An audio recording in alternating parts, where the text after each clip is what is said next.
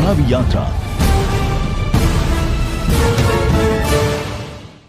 कितनों बड़े प्रधानमंत्री हो जाइएगा तो आप गलत कर दीजिएगा। इसी के कारण जो हमारा सबसे बड़ा समस्या आया है, जो वायरस के वजह से एक आम आदमी गलती करता है तो उसको डंडा मार के थाना में बंद कर देते हैं, और प्रधानमंत्री के एक गलती से इस पूरे देश को हिला दिया, सबको बेरोजगार कर दिया, बीमारी से फैला दिया, पेट के खाने के लिए फैला दिया। इसको कौन देगा उसको गलती का सजा जो उन्होंने गलती किया? वो तो पूरे देश घूमते हैं ना, पूरे देश का भ्रमण करते रहते हैं। तो हमारा कहना है सरकार से कि आप सबके लिए बराबर दीजिए। आपका बड़ा बेटा पढ़ेगा लंदन में, हम पढ़ेंगे सरकारी स्कूल में जहाँ मास्टर खैनीखोर होता, सिगरेट पीता, लड़कियों को रेप, सबके पास बीवियाँ, फिर रात के क्या करते हैं जाके पहले देखिए। पूरे देश में वही है। अगर नेता सही होता तो आज हमारे युवाओं में भी वही आचरण होता। नेता ही सही नहीं है।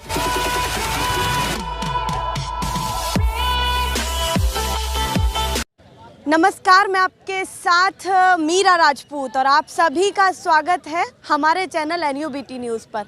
आप हमेशा कहते हैं कि आप मुझे सपोर्ट कर रहे हैं, तो आज मैं एक सपोर्ट का उदाहरण वो भी चाहूँगी कि आप इस वीडियो को लास्ट तक ज़रूर देखें और जिनके साथ आज मैं परिचय कराने वाली हूँ उनकी बातों को एक बातों को ध्यान से सुने। पीछे मेरे आप बैकग्राउंड में देख रहे होंगे, देश प्रेम अभियान में हमसफर बने सुंदर जीवन की ओर। क्या कहानी चल रही है और क्या शिक्षा चल रही है और क्या सुविचारों की लड़ी चल रही है। सबसे पहले मैं उनका परिचय देना चाहूँगी। ज्योति सिंह मेरे साथ यहाँ मौजूद हैं। मैं भी यहाँ अभी इनके भाषण सुन रही थी, भाषण नहीं कहूँगी, सुविचार सुन रही थी, तो मेरे को भी कहीं ना कहीं वो प्रभावित लगे, कहीं ना कहीं मेरे को खींचा। तो मैं चाहती हूँ कि वो सभी बातें मेरे दर्शकों तक ज़रूर जाएं जो कहते हैं कि हमेशा आपको सपोर्ट करते हैं। तो सीधे मैं सबसे पहले आपका धन्यवाद करना चाहूँगी कि आप हमारे प्रोग्राम के साथ जुड़ी। आप ये जो अभियान चला रहे हैं, कब से चला रहे हैं और कौन इसका नेतृत्व कर रहा है? ये अभियान 2008 से चल रहा है और इस अभियान का आविष्कार कुमार राजीव वैज्ञानिक के तहत हो रही है। उन्हीं के विचारों से हम आज दुर्गा बन रहे हैं। हमने एहसास किया संडे सभा में आकर कि यहाँ पर ही जीवन सर्वोत्तम आचरण, आहार और व्यवहार की शिक्षा दी जाती है, जो हमारे सरकार के स्कूलों में, कॉलेज में, कोचिंग में नहीं दी जाती है, जिसके कारण हमारे भारत में एक अच्छा युवा, एक अच्छा लड़की विकास के लिए और नहीं जा रही है। आपने एक बहुत बड़ा शब्द बोला, दुर्गा। दुर्गा बनाया जा रहा है, क्या कहना चाहेंगी? इस दुर्गा शब्द पर आपने क्यों जोर डाला है? क्योंकि मेरा जन्म दुर्गा पूजा के दिन हुआ था और मैं शुरू से ही मतलब लड़ाकू थी। जहाँ अन्याय हो तो मैं लड़ जाती थी, चाहे वो पिता हो, चाहे भाई हो, चाहे मैं कोई भी हो, उसमें हम किसी को नहीं छोड़ते थे। सच है तो सच है, उसके लिए हम कुछ भी कर सकते। तो मैंने संगठन में रहकर अपने अध्यक्ष से लड़ जाती हूँ। कोई बात गलत होता, आप ये गलत किए हैं, आप सुधारिए। कितनों बड़े प्रधानमंत्री हो जाइएगा तो आप गलत कर दीजिएगा। इसी के कारण जो हमारा सबसे बड़ा समस्या आया है, जो वायरस के वजह से एक आम आदमी गलती करता है तो उसको डंडा मार के थाना में बंद कर देते हैं, और प्रधानमंत्री के एक गलती से इस पूरे देश को हिला दिया, सबको बेरोजगार कर दिया, बीमारी से फैला दिया, पेट के खाने के लिए फैला दिया। इसको कौन देगा उसको गलती का सजा जो उन्होंने गलती किया? वो तो पूरे देश घूमते हैं ना, पूरे देश का भ्रमण करते रहते हैं। उनको जानकारी नहीं थी कि वायरस कहाँ आ रहा है, वही रोक देते। आज उनके वजह से ये सारा देश बर्बाद हो रहा है। तो हमारा संदेशवा कह रहा है कि यहाँ पर ही सबसे बड़ा गलती क्या हो रही है कि हम लोग वो शिक्षा ले पा रहे हैं, कलमी शिक्षा। कलम चलाइए, उसी शिक्षा से ऐसा शिक्षा दी जा रही है जिस शिक्षा से एक आदमी उसको बोलता है तुम मेरा बराबर को हो तब तुमसे बात करेंगे। छोटे लोगों से हम बात नहीं करते हैं। और संदेश में कह रहा है कि पैसा मत देखिए, जाति मत देखिए, धर्म मत देखिए, सच्चाई देखिए। सच्चाई कोई भी जात का हो, वही आपका सबसे बड़ा लीडर होगा, वही आपका सबसे बड़ा शिक्षक होगा, वही आपका डॉक्टर होगा, जो भी हमारे देश की ज़रूरत है। तो संदेश सभा एक अच्छे डॉक्टर, एक अच्छे IAS, एक अच्छे लीडर बनाने की कल्पना करके जो भारत में जाकर जो फिर प्रधानमंत्री बनेगा वो कम से कम सबको बराबर देगा। हमारा कहना है सरकार से कि आप सबके लिए बराबर दीजिए। आपका बड़ा बेटा पढ़ेगा लंदन में, हम पढ़ेंगे सरकारी स्कूल में जहां मास्टर खैनीखोर होता, सिगरेट पीता, लड़कियों को रेप करता, छेड़ता है, उस स्कूल में हम पढ़ेंगे।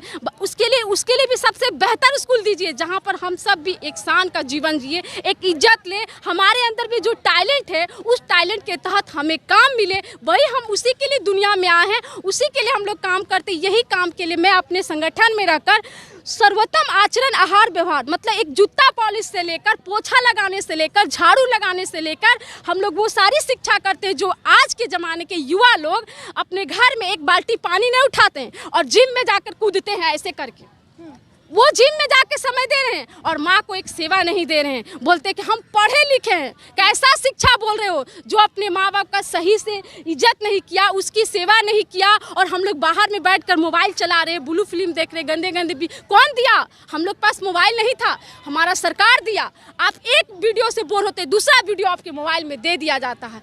उसी से हमारे भारत में आए दिन लड़कियों का इज्जत लूटा जा रहा है, उसकी कोई सुरक्षा नहीं है। घर में जितने भी मामा है, चाचा है, नाना, सब एक दूसरे को रेपिस्ट की ओर देख रहा। मैंने अपने घर से शुरू किया है, मैंने घर में भी देखा, सब सिर्फ जाति को लेता है। जिसके पास पैसा है, जिसके पास जाति, उसी की ओर बढ़ रहा। तो मैंने संडे सभा में ये एहसास किया कि यहाँ पर आपको इज्जत मिलेगा, संस्कार मिलेगा, वो ज्ञान मिलेगा जिससे भारत में एक अच्छा क्रांतिकारी बनकर इस देश का उत्थान कर सकते। इसी के लिए मैं संगठन में रहती हूँ। इनका जो कहना है, सीधे मैं आपको बता देती हूँ कि जाति के तौर पर बातें नहीं की जाती हैं, इंसान के तौर पर बातें की जाती हैं कि आपको क्या करना चाहिए और क्या नहीं करना चाहिए। और जो अभी युवा पीढ़ी नहीं करे, क्योंकि इनको करना चाहिए। हम सारे युवाओं से यही कहना चाहते हैं कि प्लीज़ आप लोग जितना आप लोग फिल्मी दुनिया में जाते हैं, एक्टर को देख के कपड़ा बदल लेते हैं, अपना चरित्र तक भूल जाते हैं कि हम किसके लिए आए थे। सबके अंदर टैलेंट होता है ना सिस्टर। तो हम लोग अपना टैलेंट छोड़ के हम मोबाइल में देख लेते हैं, टीवी में देख लेते हैं, उसी की ओर चलने लगते हैं। तो अपनी खूबसूरती तो मर गया। हमें जो चीज़ के लिए बनाया था ईश्वर ने, वो तो हम काम करना छोड़ दिए। क्यों? एक की गलती से वजह से पूरे देश को गंदा कर दिया। उसी गंदगी को साफ करने के लिए सारे भाइयों और बहनों और माँ बाप से यही निवेदन है कि सब मिलके अपने देश को सुंदर बनाइए, नहीं तो आने वाले भारत में ना लड़की सुरक्षित रहेगी, यहाँ तक कि युवाओं का भी रेप होता है। आपको ये भी जानकारी होगा, बहुत सारे युवाओं का भी रेप होता है। इसलिए इसकी सबसे ज़रूरत है कि बढ़िया शिक्षा, बाद में डिग्री दीजिए, पहले जीवन शैली की शिक्षा दीजिए। भारत सरकार से मेरा यही निवेदन है कि वो शिक्षा आप नहीं दे सकते तो वो पावर मुझे दीजिए, हम करके दिखाएंगे। हम लोग का यही लक्ष्य है। एक बात और मैं आपसे पूछना चाहूँगी, हालांकि ये राजनीतिक तौर पर जुड़ा हुआ है, पर मैं पूछना चाहूँगी, यहाँ बीजेपी के एक विधायक हैं, उन्होंने कहा है बेटियों को अगर घर से संस्कार अच्छे मिले तो ऐसा ना हो। बेटियां सूट सलवार पहनकर निकलती हैं और फिर भी उन्हें गंदी निगाहों से देखा जाता है। क्या कहना चाहते हैं? देखिए, जहाँ तक कपड़ा होता है, कपड़ा तो मायने नहीं रखता। हम लोग के सभा में कहा गया है कपड़ा कोई भी पहने, उसको जो शिक्षा अगर दिया जाएगा। हम लोग निवस्त्र ही आते हैं दुनिया में, आते हैं ना। यहाँ कपड़े की ज़रूरत, एक ज़माना था कि कपड़ा लोग नहीं पहनता था, सब था, वो भी था, लड़का और लड़की सब वैसी था। तब से होने लगा, जब आदमी का चरित्र गंदा हुआ तब से कपड़ा का आविष्कार हुआ। लोग कपड़े से शरीर ढकने लगे। पर हम लोग के अंदर जो मैल बैठा, क्यों बैठा, क्या कारण से हम लोग लड़कियों को बुरी निगाह से देखते हैं? क्यों? जो माँ बाप की वो बात कर रहे हैं सरकार कि वो कहाँ से शुरू हुआ? अगर गिनती गिनिएगा ना तो डायरेक्ट प्रधानमंत्री से लेके मुख्यमंत्री से लेके विधायक, उन्हीं के बाल बच्चे का चरित्र घटे, उसी को देख के लोग कॉपी करते हैं।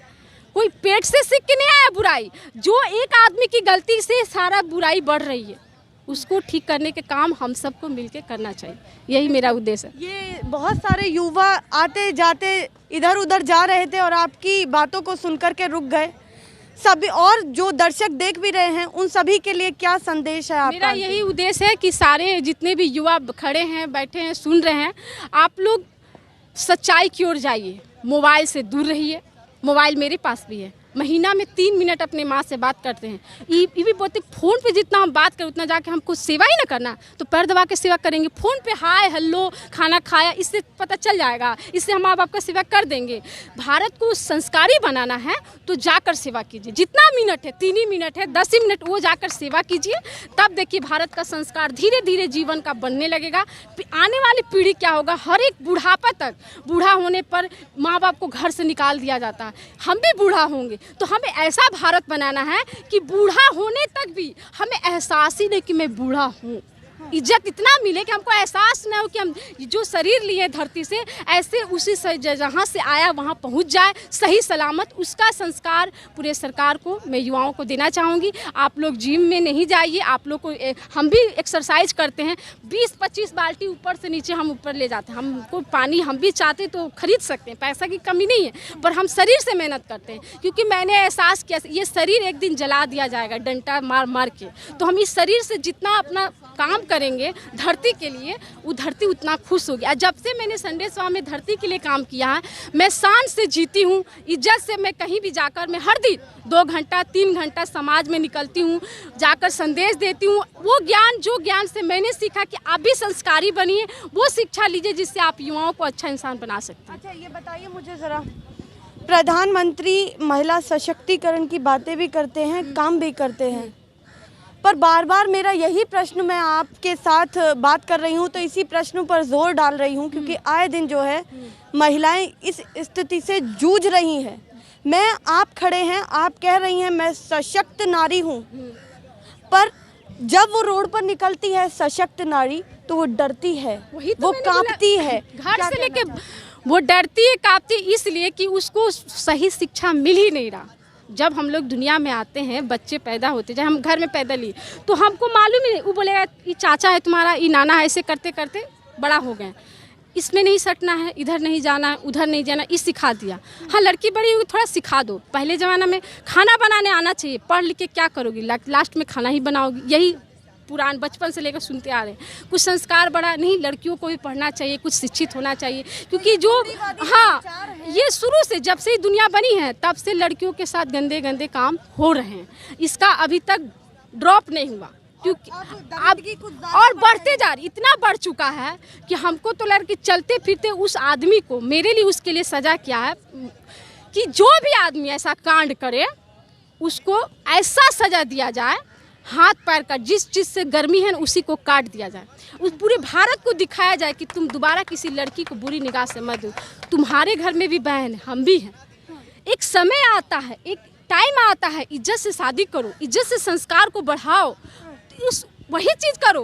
पर ये जिस तरह से एकदम विचलित एक लड़की को कुत्ते बिल्ली के तरह नोच लेना, और एक नहीं 55 गो 6 गो पूरे देश को कितना गंदा कर देना, ये कितनी शर्मनाक की बात है। फिर भी सारा देश अपना बैठ के मेरा बेटी के साथ थोड़ी हुआ, उसके साथ ना हुआ है। सब व्यक्ति सीरियस लेगा तो आपकी, हम और आप सुरक्षित रहेंगे। तो नेताओं के लिए भी आपके पास वही में आएंगे, सबके पास बीवियाँ, फिर रात के क्या करते हैं जाके पहले देखिए। पूरे देश में वही है। अगर नेता सही होता तो आज हमारे युवाओं में भी वही आचरण होता। नेता ही सही नहीं है, और नेता अभी बनाने के लिए एक आदमी निकला ही नहीं है, क्योंकि क्रांतिकारी जो होता है वो सत्य होता है, जो अभी पूरे विश्व में एक भी क्रांतिकारी नहीं है। मेरे निगाह में कुमार राजीव एक क्रांतिकारी, मैंने उनको 5 वर्षों से देख रही हूँ।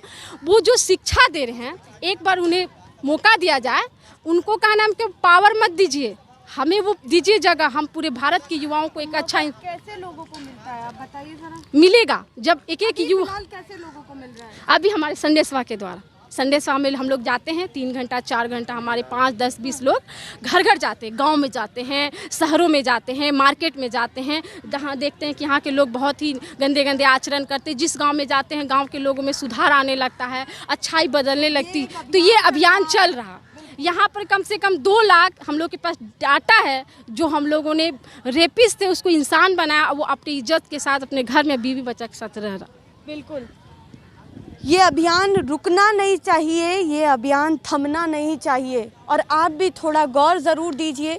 सुविचार, जहाँ शब्द देख लेते हैं वहाँ से हम निकल लेते हैं कि अब फिर से होने वाली हैं ज्ञान की बातें, पर ज़रा उन शब्दों की गहराई तक ज़रूर जाइएगा, क्योंकि वो बेटी भी भुगत रही है, आपकी भी बहन होगी, घर से बाहर जाती है। तो सोचिए इन विचारों की कितनी ज़रूरत है इस समय। हर दिन हम डर कर जी रहे हैं, और केवल इसी जनता की वजह से। क्योंकि चुनावी यात्रा